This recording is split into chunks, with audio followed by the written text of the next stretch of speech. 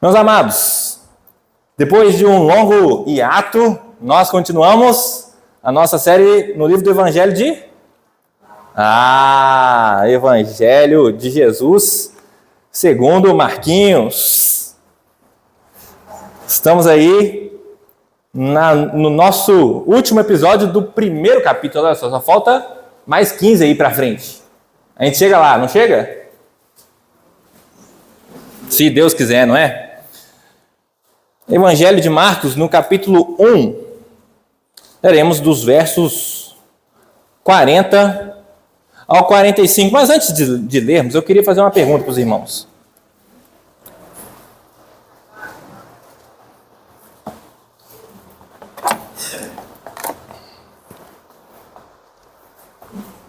Você já teve que tocar em algo que era nojento, assim, mas que você foi lá e tocou assim mesmo porque você tinha que fazer? Já teve uma experiência assim? Algo que dava nojo, mas que mesmo assim você foi lá e fez, você foi lá e tocou porque era necessário? Imagina uma cena, né? Você que é mãe, que é pai, certamente você já passou por isso, que é quando a criança vomita. E assim, um adulto, ele sabe, né, que às vezes tem que vomitar num lugar apropriado, às vezes ele mesmo vai lá e limpa, mas a criança não sabe lidar muito bem com isso. Eu lembro que uma vez eu estava com a minha mãe, quando eu era bem pequeno, eu tenho uma memória assim, bem aleatória disso, e que eu não sei porquê, mas quando eu fui vomitar, eu não abaixei assim, normalmente, eu só fui assim, ó, e foi escorrendo e ficou aquela beleza. Quem teve que lidar com isso foi a minha mãe. E é engraçado, porque nesse tipo de situação, uma boa mãe, um bom pai, não hesita em tocar o seu filho para o limpar. E por quê? Porque o amor, ele é maior do que um nojo. Engraçado que nesse tipo de situação, às vezes o amor, ele se revela através de um toque que ninguém quer dar. Essa passagem que nós leremos, ela tem a ver com isso. Quando o nosso Senhor Jesus, ele toca alguém que era intocável, alguém que era excluído, para restaurá-lo, para limpá-lo. Então nós lemos o texto de Marcos capítulo 1, versos do 40 ao 45. Acompanhe, por favor, a leitura da palavra de Deus. Aproximou-se dele um leproso, rogando-lhe de joelhos: se quiseres, pode purificar-me. Jesus, profundamente compadecido, estendeu a mão, tocou-o e lhe disse: quero, fica limpo. No mesmo instante lhe desapareceu a lepra e ficou limpo. Fazendo-lhe então veemente advertência, logo o despediu. Ele disse: olha, não digas nada a ninguém, mas vai e mostra-te ao sacerdote e oferece pela tua purificação o que Moisés determinou para servir de testemunho ao povo. Mas ele, tendo saído, entrou a propalar muitas coisas e divulgaram a notícia, a ponto de não poder mais Jesus entrar publicamente em qualquer cidade, mas permanecia fora, em lugares ermos, e de toda parte vinham ter com ele. Amém. Vamos orar? Pedir para que Deus fale ao nosso coração? Senhor Deus, o Senhor é o nosso Pai. Muito nós temos dito aqui neste culto, Deus, mas agora queremos ouvir a Tua voz.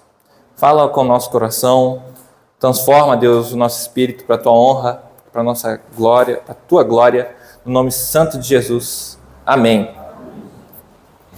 Meus amados, nós vemos aqui que o Evangelho de Marcos, ele traz para nós algumas pérolas, né? Alguns tesouros para nós. Eu queria te convidar a acompanhar esse sermão sobre a grande ideia de que Jesus veio para tocar o impuro e restaurá-lo com poder.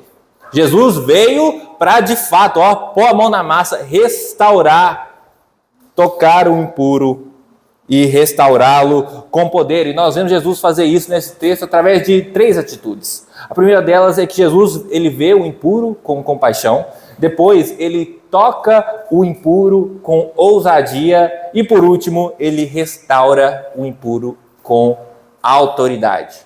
Vamos por partes. Primeiro, vamos falar sobre o fato de Jesus ver o impuro com compaixão.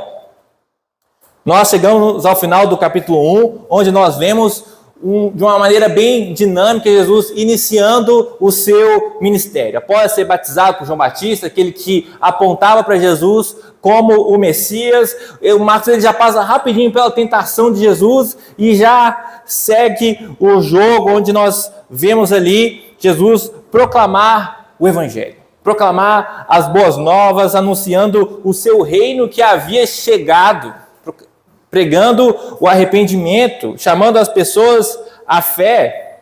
Jesus, ele então chama ali os seus primeiros discípulos e começa a mostrar de fato a sua autoridade. O Evangelho de Marcos, ele é um evangelho que enfatiza muito a autoridade de Jesus.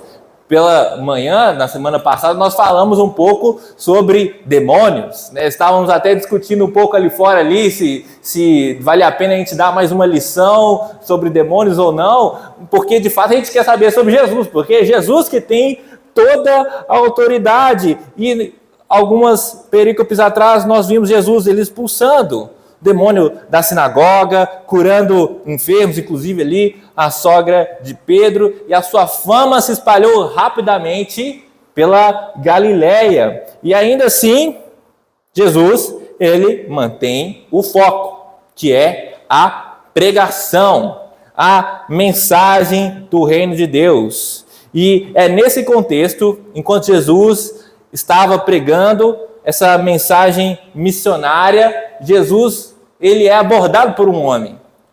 Não um homem qualquer, um leproso que rompe ali todas as tradições, todo o protocolo e vai até Jesus pedindo cura. E para nós, para a nossa sociedade, a lepra ou a hanseníase não é a mesma doença, ou nós não enxergamos da mesma maneira que as pessoas naquele contexto. Ali, segundo a lei mosaica, os leprosos eram considerados impuros. Eles deviam ser separados da comunidade, evitar ali o contato, para que as pessoas então não ficassem cerimonialmente impuras também. As pessoas que tinham contato, elas tinham que oferecer um sacrifício, elas tinham que se limpar, e elas eram então, os leprosos, obrigados a viver isolados, e quando eles precisavam se aproximar, eles tinham que pegar uma roupa, colocar ali na frente, ali como se fosse uma máscara, e falar assim, cuidado, que eu estou chegando, o impuro, estou chegando, para que as pessoas saíssem. Imagina, viver assim, viver totalmente à margem da sociedade. E, além disso, né, a lepra naquele contexto não era só uma doença física, não era só uma questão de saúde pública, mas era também uma questão que era espiritual, ou que pelo menos as pessoas associavam diretamente com isso, associavam diretamente com o pecado, com o castigo de Deus. Então, assim, se essas pessoas elas são excluídas, tem que ser excluída mesmo. Era esse o pensamento das pessoas. Era alguém que não deveria existir, um incômodo, um estorvo. E essa pessoa jamais deveria estar perto de um convívio em sociedade. E o primeiro elemento, então, que salta aos olhos, principalmente do leitor original, né? Imagina você nesse contexto, recebendo essa notícia, ou lendo esse texto de que um leproso foi lá e falou com Jesus, e Jesus ele reagiu dessa forma. Não como alguém que, não, o leproso, sai para lá. Não, mas alguém que não só aceitou a presença do leproso, mas foi lá e tocou aquele homem. Algo muito ousado. Então nós vemos aí no verso 40 que esse leproso, ele tem um pedido muito claro para Jesus. Fala, se quiseres, podes me purificar. E como que Jesus, ele responde? E aqui, nessa interrogação, eu faço um parênteses, porque eu preciso te explicar uma coisa muito importante que tem a ver com uma ciência e uma área do estudo que chama manuscriptologia e crítica textual. Por quê? Em alguns manuscritos, como está na sua Bíblia, no verso 41, fala aí que Jesus ele foi movido por compaixão. Não é verdade? Não é assim que está na sua Bíblia? Mas, em alguns manuscritos antigos, existe uma pequena divergência. Em alguns manuscritos está escrito, em vez da palavra compaixão, está escrito a palavra que se traduz por ira ou indignação. E aí, nessas horas, que os desavisados por aí falam, tá vendo? A Bíblia não é confiável, não. Porque a Igreja Católica adulterou tudo, que não sei o quê. Calma. Quando nós falamos de manuscriptologia, nós estamos falando de arqueologia, achar cópias que estavam lá desde o século V, do século VI, e acha ali um sítio arqueológico que tem muitas cópias, pedaços de textos. E aí você vem com a crítica textual que tenta olhar para esses textos e falar assim, esse que é o texto de verdade, porque 99% das referências, 99% dos achados dizem X, só esse que diz Y. Não é possível que só esse que diz Y está certo e só os outros estão errados. E aqui, nesse caso, é parecido. 2% apenas de todos os manuscritos que nós temos com essa passagem trazem a ideia de Jesus ficar irado, ficar indignado. Mas por que eu estou trazendo isso aqui? Porque eu quero te preparar para o que a gente ainda vai encontrar no Evangelho de Marcos. Que, assim, essa divergência é uma divergência, assim, muito pequena, não tem uma grande repercussão sobre isso. A gente até vai lidar com essas duas opções, mas eu quero te dizer isso para te preparar para o que vai vir a seguir. Para que você também não fique pego aí de surpresa, né? A Bíblia, ela é 100% confiável. Tudo aquilo que nós temos enquanto doutrina, principalmente aquilo que se diz respeito à salvação, é 100% confiável. Cientificamente, manuscriptologicamente, não existe nada mais confiável, não existe nenhum outro texto da antiguidade que tenha sido tão bem preservado quanto as Escrituras. Fechado esse parênteses, vamos lidar com essas duas possibilidades. Primeiro, com a possibilidade de Jesus ter de fato sido movido por compaixão. E aqui a palavra do grego, ela implica uma carga emocional muito grande, assim, ela traz lá das entranhas, assim, é uma reação visceral, ela é interna e ela é intensa, uma reação de compaixão real, não é aquela coisa superficial que a gente vê por aí. Jesus, ele de fato se importou e teve uma compaixão muito profunda por aquele homem. Mas se nós olharmos também, se Jesus, ele de fato ficou indignado, ele não ficou indignado por causa do leproso, esse leproso chegando perto de mim, não. Uma indignação santa, de que, olha, esse é um homem criado à imagem e semelhança de Deus, e não deveria estar nessa situação. Uma indignação santa. E ambas as palavras, seja compaixão, seja indignação, mostram que Jesus, ele se importa. Que Jesus, ele se importa profundamente com a condição do ser humano. Seja ela por doenças físicas, seja ela por doença espiritual, por morte espiritual. Jesus, ele de fato se importa de uma maneira intensa diante da miséria, diante da exclusão. E seja por compaixão ou por indignação, Jesus, ele vê o impuro com o coração inflamado. Isso causa uma reação emocional no nosso Cristo. Ele não passa direto, ele não ignora, ele vê o impuro e isso o move por dentro. Jesus, ele enxerga a nossa dor. Jesus, ele é revelado como um Deus, como um homem que não é apático, que não é indiferente ao sofrimento, como alguém que se importa. Sua compaixão não é algo frio, não é algo calculado. É porque eu sou Jesus, eu sou Deus, eu sou bom, então eu tenho que fazer. Não.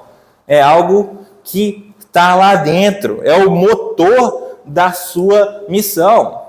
O amor de Cristo, o amor de Deus por nós, o leva à compaixão. E por causa disso que Jesus, ele veio. Ele veio curar os doentes. Ele veio salvar o perdido. Ele veio tocar os intocáveis. Você crê?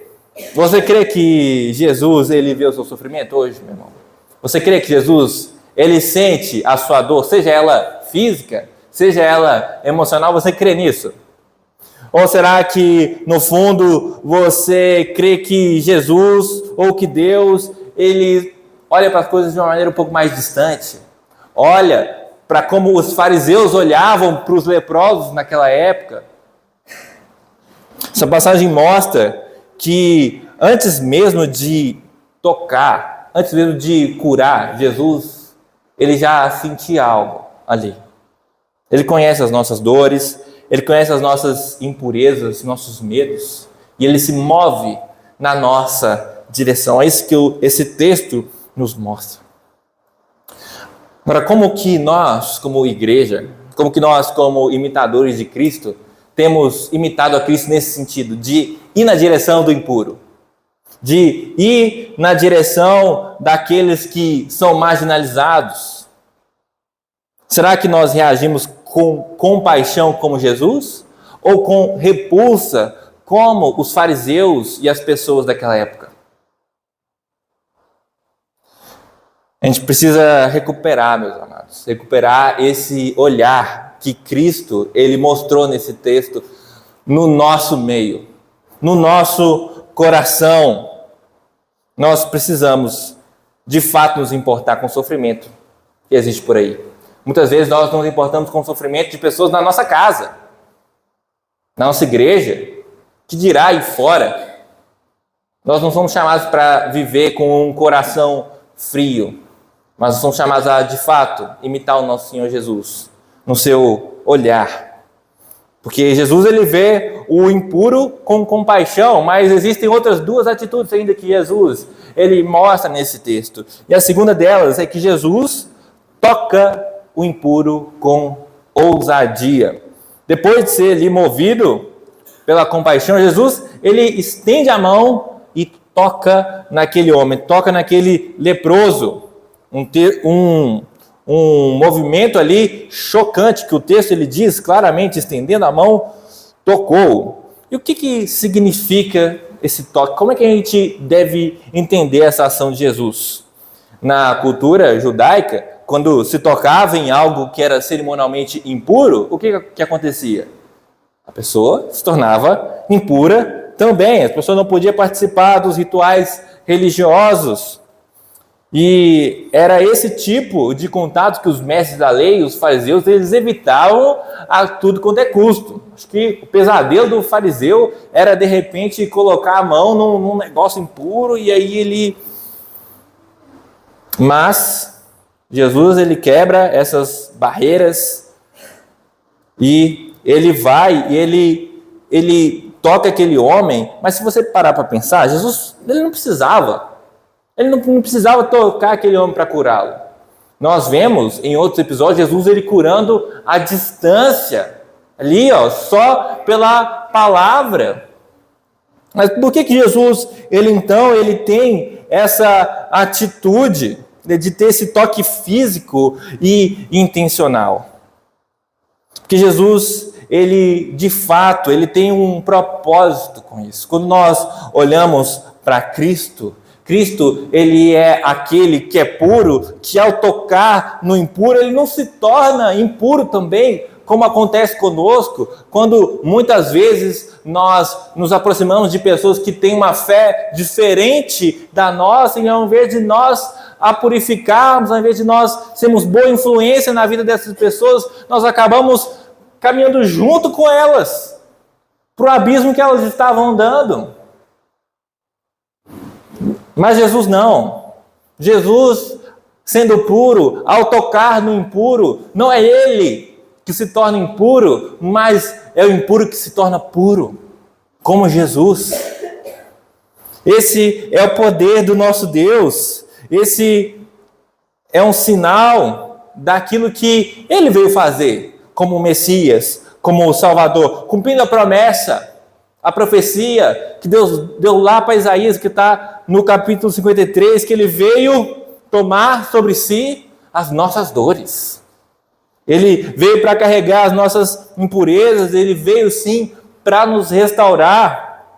Jesus, ele veio sim para pregar, para falar sobre a sua missão, sobre o evangelho, sobre arrependimento, mas Jesus, ele testifica daquilo que ele prega com as suas palavras, com as suas ações, com os seus gestos, com as suas atitudes, dando ali confiabilidade e autoridade para a sua pregação, que é algo que muitas vezes foge totalmente da nossa vida. Com os lábios confessamos uma coisa, com as nossas ações fazemos outra. E a nossa vida como cristãos precisa de ser sempre de alinhar o nosso coração, alinhar os nossos gestos, alinhar a nossa palavra segundo aquilo que nós confessamos, aquilo que nós pregamos. Quantas vezes, meus amados, você já sentiu que a sua impureza te afastou de Deus? Quantas vezes você já deixou de participar da comunhão? Participar da Santa Ceia, porque você olhou para si mesmo e falou assim: eu estou em pecado hoje, eu não vou tomar não.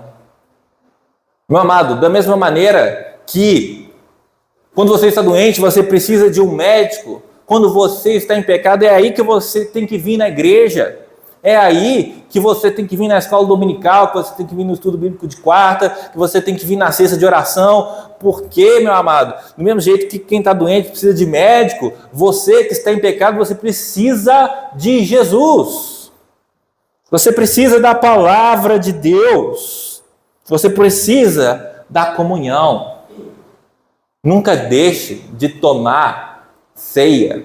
Nunca deixe de participar da mesa do nosso Senhor Jesus, porque você está em pecado. Porque deixa eu te contar uma novidade.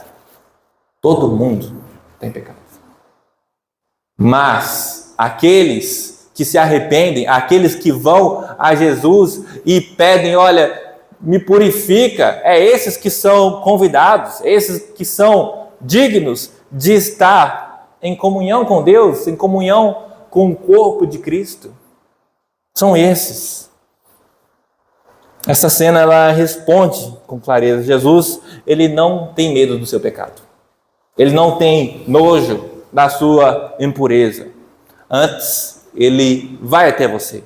Ele toca não na sua pele, mas no seu coração, para te restaurar, para te aproximar dele. Nós, como igreja, nós precisamos aprender de novo como tocar com ousadia, como de fato estender a mão sem medo para o mundo aí fora, sem medo de nos contaminarmos, mas ainda assim com a ciência de que é o nosso Senhor Jesus que pode vencer a impureza aí fora. Não é a política, não é a ação social, é Jesus que conserta o mundo. Da mesma maneira que Jesus, ele curou esse homem, não basta ver com compaixão, é preciso coragem também. Preciso ousadia, intrepidez, assim como o nosso Senhor, ele demonstrou aqui. Jesus, ele veio para tocar o impuro e restaurá-lo com poder. E a última atitude que revela essa sua missão nesse texto é que Jesus ele restaura o impuro com autoridade.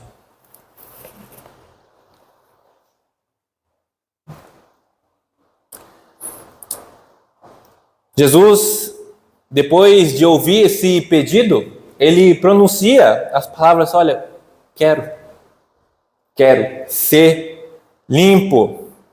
E a autoridade de Jesus, ela fica evidente nesse texto, porque Jesus ele aqui não faz nenhum tipo de ritual. Jesus, ele aqui de repente não faz nenhuma mandinga, não pega uma receita, bate com própolis, não. Jesus, ele apenas fala, ele apenas expressa a sua vontade: quero ser limpo. E note que o leproso, ele não fala assim: me cura da lepra. Ao contrário de muitos que dizem, né, olha, eu quero ser curado disso, quero ser curado daquilo. O leproso, ele pede para ele ser purificado. Ou seja, o leproso, ele não estava pedindo apenas uma cura, ele estava pedindo uma restauração completa. Uma restauração que era espiritual, que era física, que era social. E Jesus faz isso tudo imediatamente.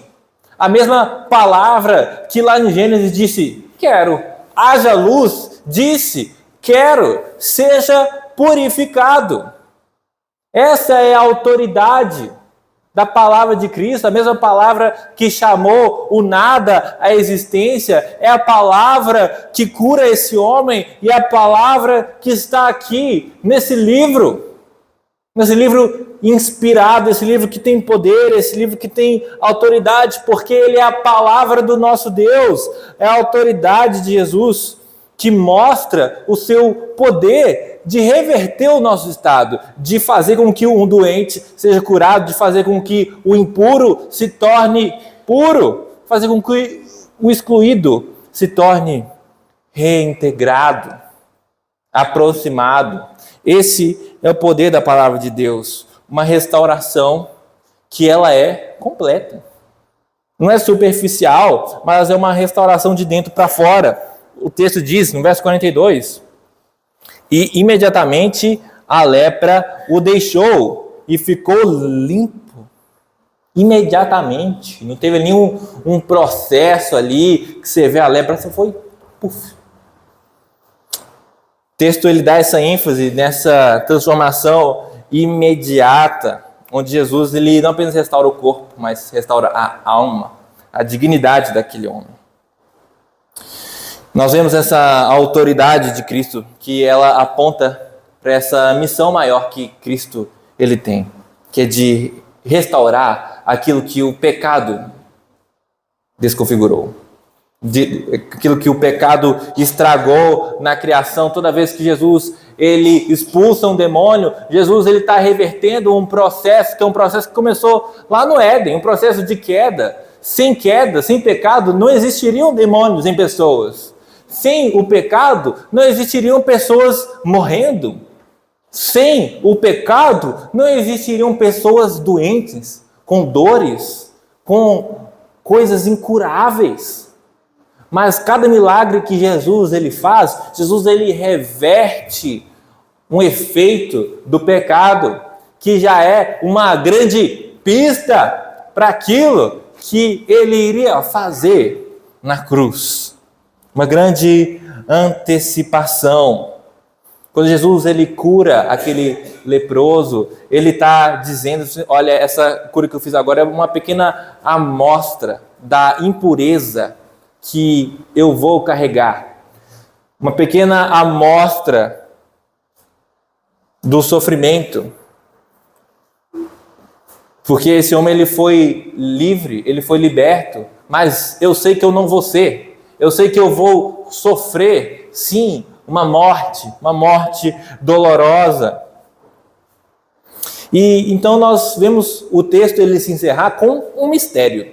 Porque por diversas vezes você vai ver Jesus ele curando as pessoas e falando assim: olha, não fala com ninguém não. E assim, Jesus não falou nesse tom que eu falei aqui, porque o texto ele diz que a advertência de Jesus é muito séria, é veemente. Jesus ele fala assim, olha, não fala para ninguém que eu te curei.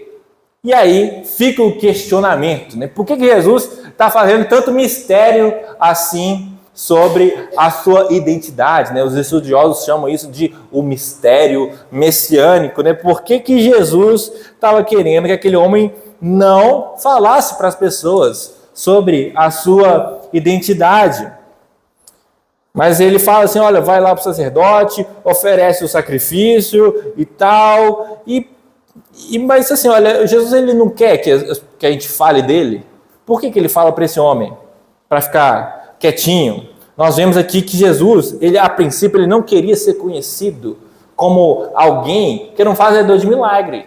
Alguém que veio para curar as pessoas, e é isso. Não, Jesus, ele tinha um propósito maior com aquilo que ele estava fazendo. E também, as pessoas, elas, por vezes, quando começavam a ver alguém aparecendo assim, elas não queriam ir ouvir aquela pessoa, elas queriam ver ele fazendo alguma coisa. Elas acompanhavam aquele homem só por causa do pão e do circo, né? Quer ver alguma coisa diferente acontecendo. E não deu outro. O homem foi, chegou, começou a falar de Jesus, falou, o cara me curou, o cara me curou. E aí, o que nós vemos é uma inversão.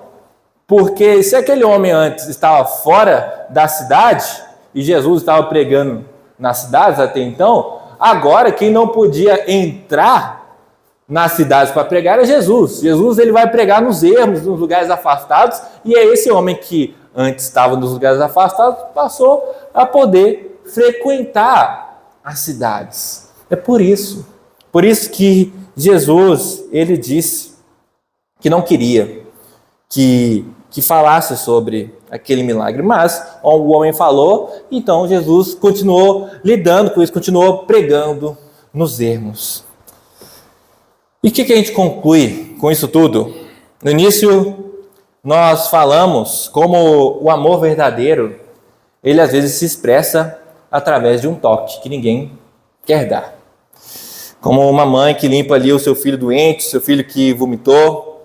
E ao longo dessa exposição, nós vimos que Jesus, ele veio impuro com compaixão, ele não é alguém que ignora o sofrimento, mas que ele olha com amor. Nós vimos que Jesus, ele toca o impuro com ousadia, que ele ultrapassa ali as barreiras sociais. Jesus não estava muito preocupado com isso, com o medo de se contaminar, mas Jesus também, ele se mostra como alguém que restaura o impuro com a sua autoridade. Jesus ele tem poder para restaurar a minha e a sua vida. O que era impuro, ele foi tocado, o que era excluído foi acolhido, aquele que era sujo, ele foi purificado. E a beleza disso tudo, meus amados, é que o leproso dessa história, somos eu e você. O leproso dessa história, o impuro, aquele que não era digno de chegar à presença de Deus, éramos nós, no nosso pecado. Mas Jesus, ele ao invés de nos afastar, ele nos aproximou. Jesus, ele nos trouxe para perto de Deus. E fica a pergunta, meu amado, você já foi tocado por Jesus? Nessa noite, você verdadeiramente, você foi tocado por Cristo algum dia na sua vida? Porque as Escrituras, elas falam que o joio, ele cresce no meio do trigo. Que no meio da igreja, no meio do ajuntamento dos santos, existem pessoas que estão ali há muito tempo, mas que nunca conheceram a Jesus de fato. E fica esse questionamento, meu amado. Você teve um encontro real com Jesus? Se não, nosso Senhor Jesus te chama hoje ao lugar de comunhão. Jesus, ele te chama para perto, para que ele possa tocar o seu coração, te purificar de todo mal, te aproximar de Deus e fazer com que, de fato, você viva como um instrumento para que Ele toque outras pessoas com a palavra, com o Evangelho, com o Santo Espírito, para a honra e para a glória de Deus. Vamos orar? Senhor nosso Deus, o Senhor nosso Pai, nós te agradecemos, Senhor. Te agradecemos por esse culto, te agradecemos pela Tua palavra, Deus. Te agradecemos por o Senhor, um dia o Senhor ter estendido a mão na nossa direção, o Senhor ter tocado, não a nossa pele, mas o nosso coração, Deus. O Senhor ter sarado, Deus, as nossas doenças, ter sarado, Deus, o nosso coração, e nós te agradecemos, Deus.